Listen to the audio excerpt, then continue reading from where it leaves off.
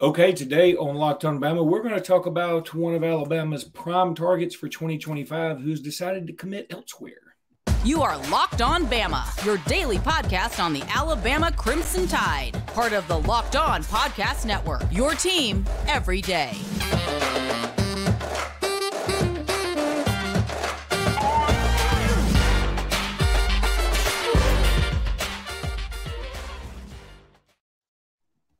Hey, everybody, and welcome back into Locked On Bama. Luke Robinson, that's me. Jimmy Stein, that's him, Jimmy. Yes, I am wearing my Oilers shirt again for those watching on YouTube. Just a really quick story about that. I had like 4 or 5 people come up to me today. I was on a flight, and they were like, that is awesome. They kept telling me, where'd you get it? And I didn't want to tell them, but I did tell them. And I just love old school logos. And so I've had this Oilers shirt. I know I've worn it before on the show. But, we're going to get back in my rotation on shirts, so y'all just deal with that. Jimmy, couple of things to start off football-wise. KJ Lacey, the dynamic quarterback from Saraland, who is the quarterback of one Ryan Williams, who everybody knows very, very well, the number 1 receiver of the 2025 class. KJ Lacey, no slouch himself, the number 4, number 3, number 5 quarterback, depending on where you look, quarterback for the 2025 class. Well, he very surprisingly committed to Texas.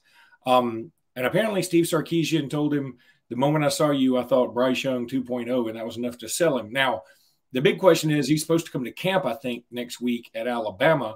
Will he do that? And, it's a long way off, right? I'm not exactly buying him burnt orange shirts and just saying, hey, that's where you're headed. Right. That is the million-dollar question. Is KJ Lacey still going to come to Alabama this summer? Is he going to visit? Is he going to camp? Is the visit going to happen this week? Is he going to perform at camp this week? Or by the end of the month, if he's putting it off and thinking it through? The way I would put it right now is I don't think the KJ Lacey recruitment by Alabama is over by any means. I think Alabama likes him a ton. I think Alabama's going to continue to recruit KJ. And what are commitments worth, particularly when they're done on Twitter? Hey, here's a recruiting hack. Is that what we want to call it whenever we have like a real pro tip for people that are following recruiting? And it's probably something you hadn't really thought of before, but it's just true. I think there's a big difference when kids commit on Twitter or through some sort of social media announcement by graphic versus holding a huge press conference and inviting people there and making an announcement with your family on either side of you and the coach, and you're at your gymnasium or wherever your church or wherever you're at, and you make a big in-person commitment. I bet, and I don't know the numbers, but it would be interesting to know them, right? I think your number of flips are much higher when you've recruited by graphic, when you've recruited by what the kids call edits, when there's a poster that says, hey, I'm KJ Lacey and I'm committed and check me out the burnt orange, as opposed to the Peter Woods style announcement last year. One of the reasons even though I thought it was possible the whole time that Peter Woods would flip, one of the reasons was always in the back of my head is, are you really going to say, hey, remember when I did that 45-minute show with the MC and the opening act and the magic act, and then there was Sade came out, played a few songs, and then I committed. Forget all that. I'm going to Alabama. The kids, you don't see that happen a lot. Now with the, hey, I'm committed and I'm announcing it on Twitter, where all you've got is a handful of comments to the media in terms of a post-commitment interview by phone. I think there's just more flips, right? So I'm just saying that's something to think of in the future whenever you're thinking about whether a kid's going to flip or not. I think the odds of a flip are much higher when there's been for lack of a better word, a Twitter commitment. So I do think KJ may flip to Alabama. If he's going to flip anywhere, it would only be to Alabama, in my opinion. I think this is a 2-school race now. Alabama had some optimism on KJ. This sort of surprised Alabama a little bit. But, hey, Bryce is his guy. Bryce is his thing, right? So now he goes to Texas, and the same guy that recruited Bryce Young to Alabama is the guy now recruiting quarterbacks to Texas. And when he looks at KJ and says, hey, you're the next Bryce Young. That's going to resonate. There's only two places that will really resonate, right? Sark and Nick Saban. And we'll see. We'll see what happens. Gun to my head, hey, I know a lot of people want answers. They want them now. It's all a guess, right? I would consider KJ Lacey a strong lean to Texas because he might flip to Alabama. I wouldn't rule that out, but most likely he's going to Texas. And if I had to bet today, I'm going to go KJ to Texas. And it's really disappointing for me personally, just because I'm a big KJ fan.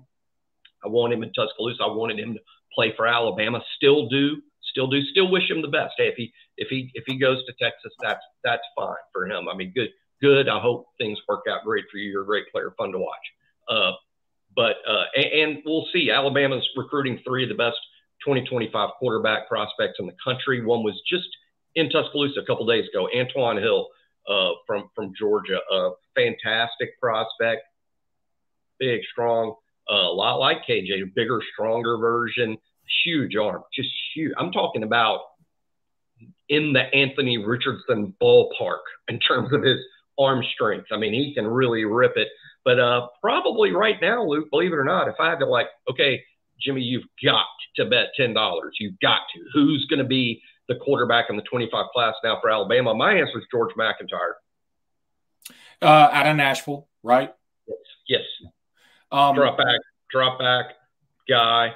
I would say he's I'm going to call him, and I mean this as a compliment to the kid in terms of what's George McIntyre like? I'm going to say at the same age, AJ McCarron plus. AJ is a lot like AJ, but probably better, at the same stage, which means he'd have even more upside than AJ going forward. But AJ plus is what I would call him, and I mean it as a compliment to both George and AJ. I put this picture up of KJ Lacey. Of course, look, this is when he played Mountain Brook for a state championship in Jordan Hare last year. Obviously, Ryan Williams was the MVP because he was absolutely unstoppable in that game. I personally don't believe this will affect Ryan Williams' recruitment in terms of will he now flip to Texas. I don't think that's going to happen. But and also, again, I'm preaching patience for everybody because there's a lot that can happen to Steve Sarkisian between now and then. We don't even know what their 2024 schedule is going to be like in the SEC. And, KJ will just be a senior when that's going on. And if Texas gets thumped around a pretty good bit, and for all the talk about Steve Sarkisian almost beating Alabama last year, I know they beat the dog mess out of Oklahoma. I understand that. But most people talk about the near miss against Alabama more than they talk about that Oklahoma game. And people have now sort of glossed over the fact this is the same guy that lost at home to Kansas the year before, right? Right. So, yeah. I mean, again, a lot of things can happen. I like Coach Sark, and I'm with you. I wish KJ Lacey nothing but the best. I don't really care where he goes. I think he's a good kid. And the more relevant to you, you're from the Mobile area, and so you know about Saraland pretty much. And, that would be something cool if we could I'm originally from Daphne, and so is KJ. Yeah. KJ was the 9th grade starting quarterback at Daphne, and then there was a legit move. His family moved from Daphne to Saraland. So KJ is originally from Daphne, trained by QB Country. I've been around KJ and his dad, and briefly.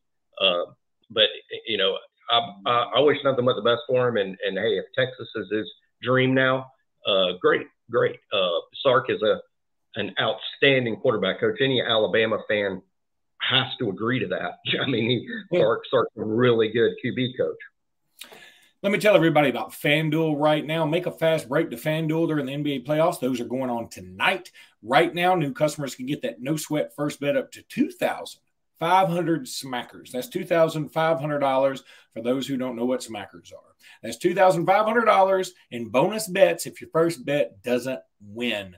That's amazing. And look, What if you went to FanDuel and you had taken, I don't know, say the Auburn Tigers in baseball? You're 0 for 2 this weekend. You need to make up some cash. So bet on the Tide tonight or bet on the Denver Nuggets tonight. They don't lose at home. Take the Nuggets tonight. Do something like that. You can get paid instantly. It's safe, it's secure. They're great promotions every single day. There's no better place to bet all the playoff action than America's #1 sports book. That's FanDuel.com/locked-on. Get that no sweat first bet up to $2,500. That's FanDuel.com/locked-on. FanDuel, official sports betting partner of the NBA and of Major League Baseball and the NFL. I don't know about any college stuff, but hey, I could say it and then probably get in trouble for it. So I won't. How about that? The rest of the week, Jimmy, we're going to be getting into your countdown. We got Miles McVay on your countdown here in just a bit. Did want to talk about Grant Nelson, the dynamic transfer from North Dakota State. Considering Alabama will be visiting this week, this guy is sort of a unicorn, like 6'11", good shooter. I wouldn't say a great leaper, but a good leaper, like a coordinated 6'11" leaper who can also shoot from outside, got nice handles. He would be somebody that, okay, he could make some of us. I mean, I don't know that we'd forget Chuck Bediako because Bediako's so different. I mean, Bediako's a rim protector and he's a rebounder. This guy, I mean, at 6'11", yeah, he can protect the rim, but that's not what he does. He's more of a scorer. He's explosive. He's a fun guy to watch. So he will be visiting Alabama. What do you think about the choices here? Because I know he's also visiting Baylor, and I'm getting mixed signals if he's actually going to be visiting Arkansas after Alabama. And if he is visiting Arkansas, that makes me more scared because they seem to do as well in the transfer portal as any team ever in American history. Yeah, there's every reason to worry about Baylor and Arkansas. I don't think by any means this is some sort of an Alabama lock. My limited understanding is that the kid's going to come into this with a very open mind, that he's very open to Baylor, Alabama, or Arkansas. He's going to hear the pitches and do what's best for him and him and his family's opinion. I think he's the highest priority for Alabama. I don't think for one second anybody out there that Alabama's not going to roll out the red carpet here, that Alabama's not going to make its best pitch to Grant. They want him badly. He is a great substitute for Bediako. As Luke astutely pointed out, he's a great replacement for Bediako while at the same time not being like Bediako. I would say Bediako is outstanding defensively, needs a little work on the offensive end, right? Well, here's the other kid, the other way around. Grant, outstanding offensively, probably needs a little work on the defensive end. So he's different than Bediako, but a great replacement because he's a true five. He's a true five. And much like Bediako, the thing he needs to work on, he can do. Bediako's going to improve offensively over time. He is. I think Grant Nelson's going to improve defensively over time. The best news for Alabama in terms of what a fit he is some of the things maybe he's not so great at around the basket, Nick Pringle happens to be. He might be a fantastic complement for Nick Pringle. Sometimes Bediako and Pringle sort of clash because they do a lot of the same things. Well, Pringle's more of a clean up rebounds, get an offensive putback, get some garbage buckets, doesn't have any range. The only range we want from Pringle, frankly, is, hey, Pringle, we want you to dunk it. We want you to just bounce it off the backboard from up close. With Grant, we're going to say, hey, you got the green light from three-point range, which Bediako, I think he was probably something like 1 for 8 in his career taking three-point shots. So Grant Nelson is, I think, a great fit in Alabama's offense and what Alabama does. He'd be a perfect replacement for Bediako, bring something a little different to the table. I think he would be a really popular player at Alabama, even though he's obviously a one and done. Haven't looked into what his eligibility is. I'm assuming he's only got one, but he might have two. But I wouldn't suspect that Grant Nelson will be at Alabama for more than a year. I think Alabama would be a great fit. Can't speak to him about what his situation would be at Baylor or Arkansas. The kid's just going to make a decision based on what's best for him. Here's a guess on my part. I've got no way to know this, but here's I think, an educated guess. I think a lot of kids in his situation be, what the kids call hunting their bag. Hey, Baylor, you sound great. How much NIL money am I getting? Hey, Arkansas, you sound great. How much NIL? Bama, what kind of NIL are we talking? Grant just completed the NBA process. He's got a lot of NBA ability. I think with him, he's going to be smart about which program can best prepare me for the NBA, because I've been told I got to work on A, B, and C. If I'm gonna play in the NBA, I got to be better at A and B and C. Which one of you guys, which one of you programs is going to help me with A, B, and C? Because I don't care about the money I'm going to make this upcoming season, because the NBA minimum is $1 million. So I'm going to be fine if I'm in the NBA. I need one of you to help put me in the NBA. I think that's going to be his focus, and not necessarily, hey, which one of you guys can give me the most money for the next year? Obviously, he wasn't making a ton of NIL at North Dakota State. And of course, there's some other guys out there in the transfer portal for Alabama. I think this is probably the biggest name, though. I don't think there's really much doubt about that. Yeah. He's, a lot of people consider him, in the top 3 of all transfers, those who have committed and signed or not for this particular cycle. So one other thing before we move on to your countdown, Miles McVay today, we have not really discussed the fact that Tony Mitchell, kind of a classic news dump by Alabama Friday afternoon, Tony Mitchell reinstated for all football. A lot that's gotten some reaction. I don't really know what to think, Jimmy. I'm not again. I don't know what to think. My initial gut reaction is this. I hope there is some other type of punishment, but at the same time, I'm very much for, don't kick this kid off the team. Y'all don't do that. Hopefully this is a one-time occurrence. Not saying this is okay. Not saying if he had hit somebody that it wouldn't have killed him and all that stuff, but he didn't. So I'm not for kicking him off the team. If there is some other punishment, I'm on board with it. If there's not some other punishment, I will, of course, trust Nick Saban. But at the same time, in my back of my mind, I'll be like, I probably would have done something else. This, to me, let me say this one other thing, too.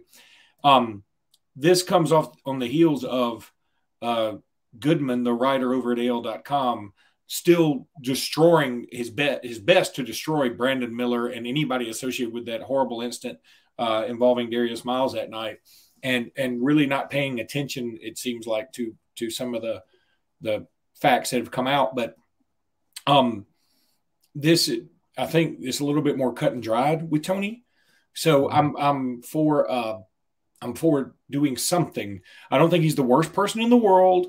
I feel like I'm going to be anxious to see if there are any repercussions. Nick Saban does a great. First of all, we'll never know for sure. We'll never hear about it unless Tony just wants to tell the world. That's up to Tony. Of course, he won't be able to speak to the media until next spring for Alabama's standard rules about freshmen not talking to the media. So maybe we'll find out in the spring or next fall, in 2024, from Tony, because Nick Saban's not going to talk about it. But, based on what I know from inside the program and Nick Saban is, he does, first of all, no one handles these situations better than Coach Saban. No one does. No one. Some coaches might be harder on these kids than Nick Saban is. Some might be easier on these kids than Nick Saban is. But Nick is the best at handling it because he understands each case is different. Every kid is different. Every circumstance is different. Therefore, how it's handled needs to be different. And I think that Nick does a great job of fashioning the repercussions to address specifically what happened. I mean, here's specifically what happened. Here's the repercussions, with the goal being don't repeat the behavior. How can we change the behavior? How can we make sure that this is a one-off? How can we do our best, not necessarily to punish, but there'll be punishment. But the goal of what's done to Tony Mitchell needs to be to make sure that this behavior is not repeated, and that he's on track to do things like graduate from college and enjoy playing college football and possibly even play pro football, because he's got that sort of ability.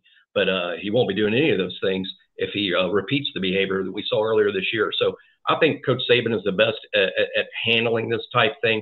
And rest assured, there's some stadium steps and some early morning meetings with the strength and conditioning staff. That's probably going to happen, not to mention study hall and things like that. But the best thing that can be done is, hey, what we want you to do is something that's going to ensure that you're not going to repeat these behaviors again.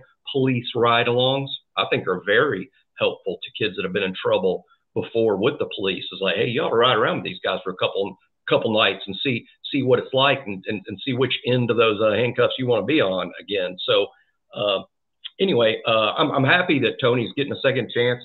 And if Nick Saban had gone the other way and said, hey, he's not going to get a second chance here, that would have been fine too. I just trust Coach Saban's judgment on how to handle these things because he's handled it so well in the past.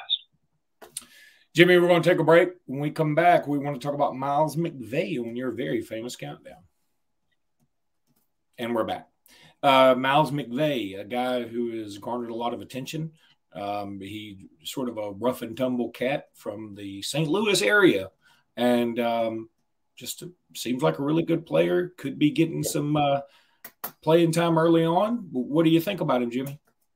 The first thing that comes to mind based on what we know so far is there's some Jaheim Otis in this. And if y'all remember, of course you do. If you want me to listen to the podcast, you don't know this story, but Jaheim Otis, we signed him at like 400 pounds, and Jaheim's now walking around in Tuscaloosa minus 70 pounds, lost like a whole person.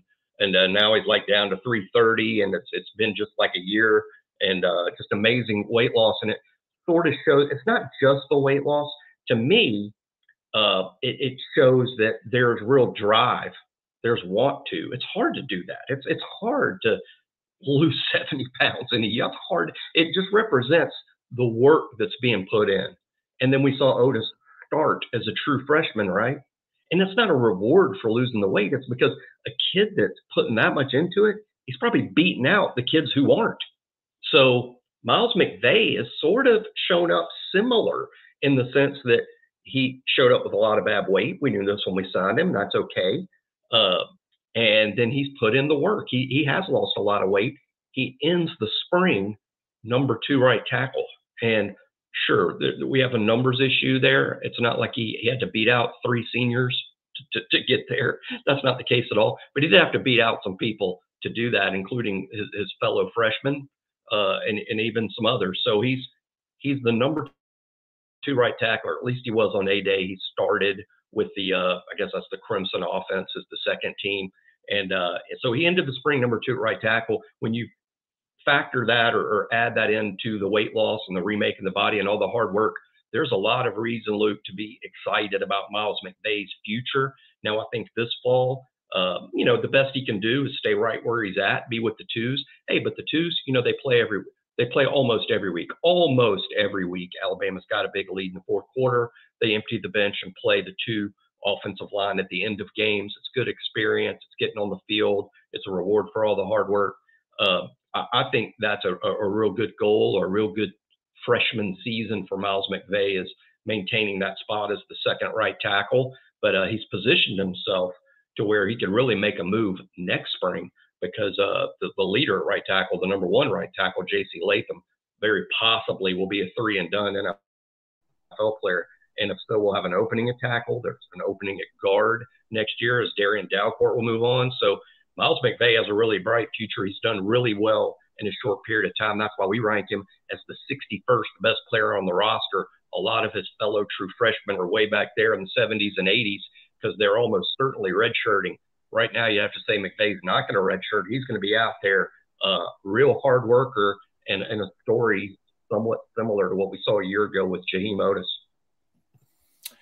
Yeah, and again, I just like him a lot, and I like he seems to be a very aggressive player. Looking at some of his high school tape, so hopefully he'll come in and I think the offensive lineman this year needs more of that nasty attitude.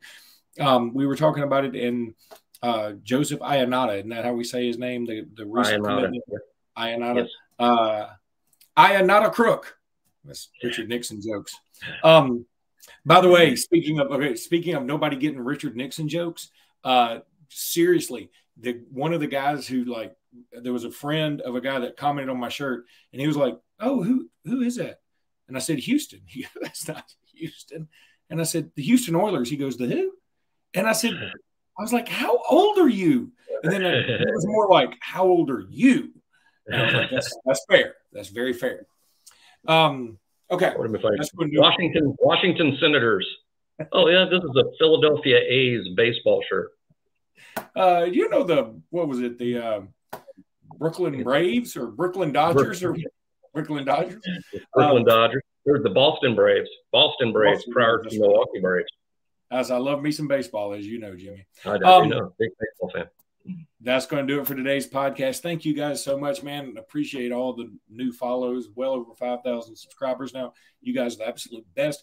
Please go check out FanDuel. Please go buy you some bird dogs. Man, I've been wearing my bird dog stuff like it's going out of style. They're going to have to send me some more merch because I'm wearing them right now. Send me more bird dog. I'm wearing out what you're sending me. Trust me, I wear them every day. Could not recommend them more highly. There's no doubt about it. I was about to stand up and show you I'm wearing these shorts, which I am. But this little office I have, it's a small area, like right here. And if I stand up too fast, I will knock myself out because it's kind of short. So I was like, that would be podcast history if the host cold cocked himself and the other host didn't know how to operate it. So they would just keep recording. So, yeah, it'd be kind of funny. All right. Anyway, that's going to do it for today's podcast. Thanks, everybody. We will talk to you tomorrow. Until then, roll tide. Roll tide.